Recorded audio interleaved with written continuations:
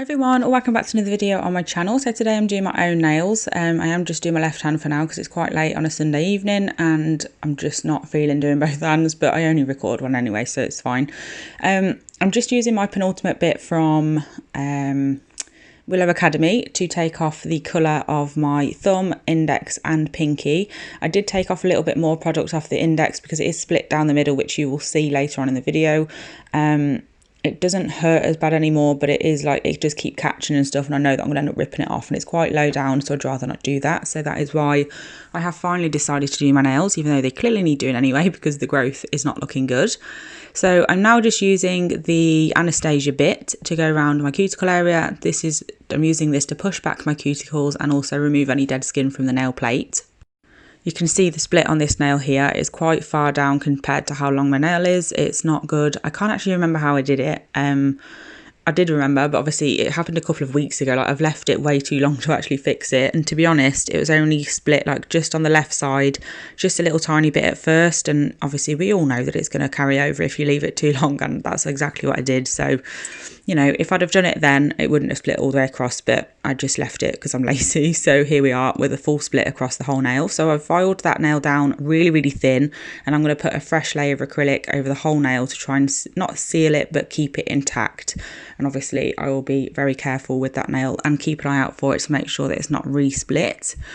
So here I'm just using a sanding band on my mandrel, and I'm just going over all of the nails to make sure that they are all rough and ready for application of acrylic.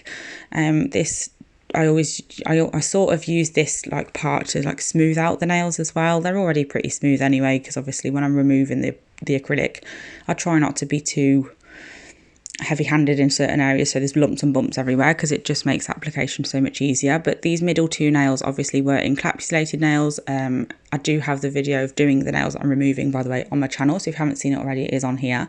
But I have removed like all of the bulk, and I'm just back to my really thin clear base, which I laid before doing the last design. And then I'm just making sure that they're all nice and rough and ready for application. I don't think I nipped on camera, but I did do it off camera. So once I've done that and then going in with my acrylic application, I am using, I think it's Flamingo from Tears Beauty. Wasn't the original powder that I used to do this set on these nails, but it doesn't matter because I'm going to be covering it with like black anyway, so it's not really an issue. You're not going to see any discoloration in any areas. Just making sure that's all nice and smooth, trying to get my application as close to how I want it to be, like as a finished result as possible, so then I will have less filing to do and less faffing afterwards. And then obviously I'm building up 3 nails. So this one, the ring finger and the index finger, needs a little more product, and not just product at the cuticle area where it's grown out, because I have filed it down to a really thin layer, so it needs to be built up again.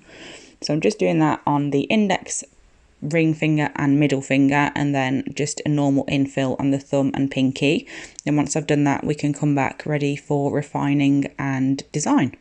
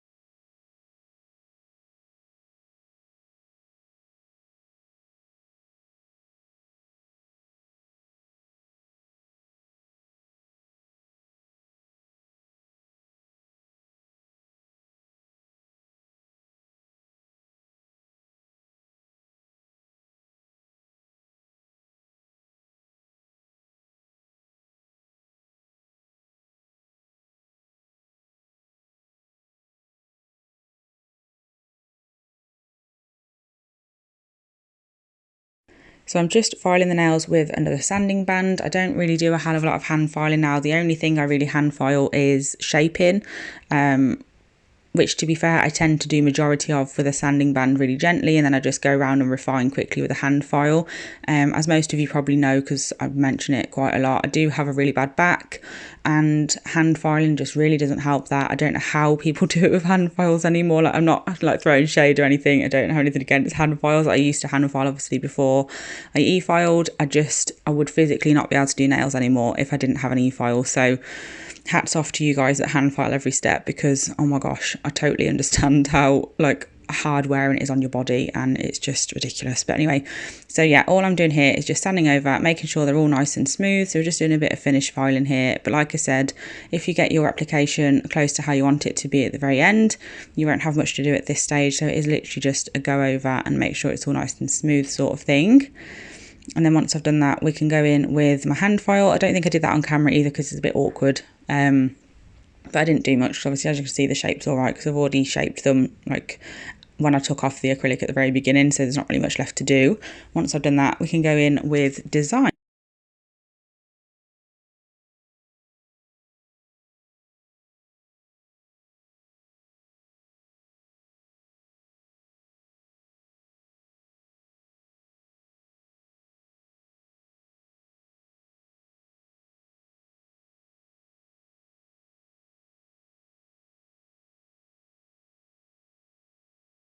So I'm going like a sort of Halloween for these nails. I'm not really a Halloween type of person.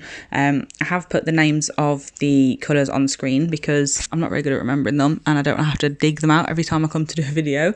But yeah, I sort of wanted Halloween nails because obviously it is Halloween and it only comes around once a year, but I don't really...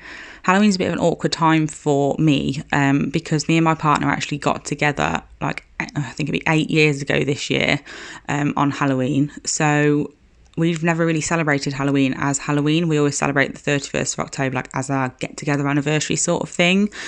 So we're usually out for a meal or, you know, just doing something nice together, nothing to do with Halloween. But I just thought, you know what, I've never really had Halloween nails. I do have a couple of clients this year who want them, which is good because I don't really do a lot of them either on other people. So I just thought I'll have something like sort of Halloween-y but subtle as well. So they're not really in your face Halloween, because like, as much as I love doing designs for like YouTube and on other people and stuff, I'm not really a Halloween type of person. So I'd feel a bit strange walking around with like spiders and I don't know, like bats and stuff like that on my nails. So yeah, we just went with something really subtle, but we're using this colour here on my pinky, index finger and thumb. I did clean up the pinky because I did get a bit on my cuticle. And then we're using this beautiful orange colour on the middle too. I absolutely love this colour. It's one of the new ones that I got from Divine Nails and Beauty, which are going to be in my description box always now with the discount code that they gave me, the 10% off one. So if you ever want to get any of the blue sky colours that you see in my videos, definitely go down to that link. You can just click straight onto their website. You don't have to type it in anywhere. I've made it really easy. And obviously use the code. So I'm just applying this on the middle and ring finger. It's absolutely beautiful. It's like, it's almost a pastel, but it's a bit too bright to be pastel, but it's not neon. It's just beautiful. It's a really, really nice orange. I used 2 coats of this and then I stamped over the top. You're also going to see my partner attempt to stamp one of my nails for me because he was sat with me while I was filming this video just so I wasn't on my own and we could have a chit chat. And I just thought it'd be funny to get him to do one of my nails. I felt really bad, but I did end up taking off his final attempt and just doing it myself. But he did sort of get there in the end, to be fair. He got it on the nail, which was good, but unfortunately he didn't get it on the nail where I wanted it, so it's just a case of placement. But yeah, you're going to see that. I think there was about 4 takes of him trying to do it. I've cut out the audio because he was getting rather mad. And all you can hear is him getting really moody and me just laughing, which didn't help his moodiness. But this is what I'm doing and this is what I wanted him to do, just for reference. So I did mine first and then, well, he was watching me while I was doing mine. Then he tried, did a bad job of it a couple of times. So I did another one, like just to show him how to do it. And then he tried to get away with just saying, well, you've got it on the stamper now, you might as well use that. But I said, no, let's get rid of that, you can do it. So this is what the nail is supposed to look like, and any second now my partner's attempts are going to come into play. I think he tried 4 times, bless him. So this is attempt number 1. He's putting hardly any product on the plate. And then he uses the scraper really aggressively and presses down way too hard, takes most of the product off of the plate, and then uses the stamper too aggressively and really pushes down really hard. That little wobble of my hand that you would have just seen there was me leaning back to laugh because I just knew it wasn't going to happen. And then obviously he picked it up, there was nothing on the stamper. So here's attempt number 2. He's been a little less aggressive with the card this time, but still went to stab the plate with the stamper, and I told him to roll, but he'd already pressed it by then. So this is me showing him how to do it. Quickly get your polish on, quickly scrape off gently, grab the stamper, roll it from side to side, pick it up, and there's the image. And then he picked it up and he was like, okay, let me put it on. And I said, no, you need to do it yourself. So here we are, we're putting the polish on quicker, gentle-ish with the scraper, and he's rolling with the stamper. He was also very shocked that he managed to get so much all over him, which I said was normal, and that's nothing to do with him, that's just stamping, it's messy. So now I'm just going to show you what this one looks like. So this one was okay, he got it on, but there was a bit missing out of, well, I'm not really sure what happened with the middle of that pumpkin, but I asked him to do it again because I am a nail tech after all, and everyone is going to be looking at these nails. So he's just doing it once more, which, like I said, went really well this time. Unfortunately, because he was so focused on every other step of this process, he didn't pay attention to where he needed to put it when it got to putting it on the nail. He just wanted to get it on, which obviously is fine. He did a really good job. It looked really neat. It was just in the wrong place. I wanted them both the same. I was just being really picky, but look, it looked good. So I did take it off, did it again, but there you go. He tried his best, bless him. I'm now using a glitter top coat from Blue Sky, which is GTC02, which is a no wipe glitter top coat, and it's beautiful. Just gives this black a little bit more glitter, which obviously who doesn't want more glitter. And then I'm just going to top coat the middle two with normal no wipe top coat, and that is it for this video. I really hope you enjoyed this set and enjoyed watching my partner struggle to stamp. I must say I found it quite entertaining. I hope you did too. Thank you so much for watching, and I'll be back with another video soon. Bye!